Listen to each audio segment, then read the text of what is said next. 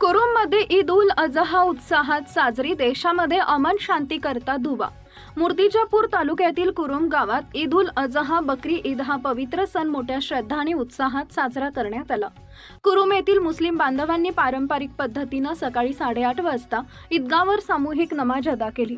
लहानग्यांपासून वृद्धांपर्यंत संपूर्ण मुस्लिम समाज एकत्र येऊन नमाज पठण करून ईश्वराचा मनस्वी आभार व्यक्त केले।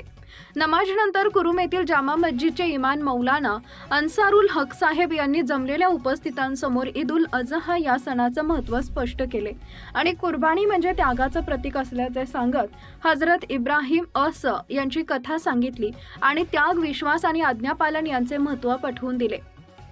त्यांनी नमाज पठण केल्यानंतर संपूर्ण देशासाठी, समाजासाठी, प्रत्येक कुटुंबासाठी दुआ मागितली। देशात अमन शांती राहो, सर्वांचे आरोग्य चांगले राहो, शेतकरी, व्यापारी आणि सामान्य जनतेला भरभराट लाभो, तसेच देश शत्रूपासून सुरक्षित राहो अशी प्रार्थना करण्यात आली।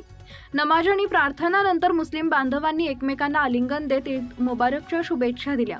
गावात आनंदाचं आणि बंधुभावाचं वातावरण निर्माण झालं होतं। लहान मुले नव्या कपड्यांमध्ये आनंदाने खेळताना दिसत होती, तर घरात पारंपरिक खाद्यपदार्थांची रेलचेल होती। सणाच्या पार्श्वभूमीवर माणा पोलीस स्टेशन व कुरुम पोलीस चौकी यांच्यातर्फे गावात कडेकोट पोलीस बंदोबस्त ठेवण्यात आला होता। शांतता व सुव्यवस्थेसाठी विशेष गस्तीचे आयोजन करण्यात आले होते। कोणताही अनुचित प्रकार घडू नये म्हणून प्रशासन सतर्क होते। या सणाचे औचित्य साधून गावात सर्व धर्मीय नागरिकांनी एकोप्याचा आणि शांततेचा संदेश दिला।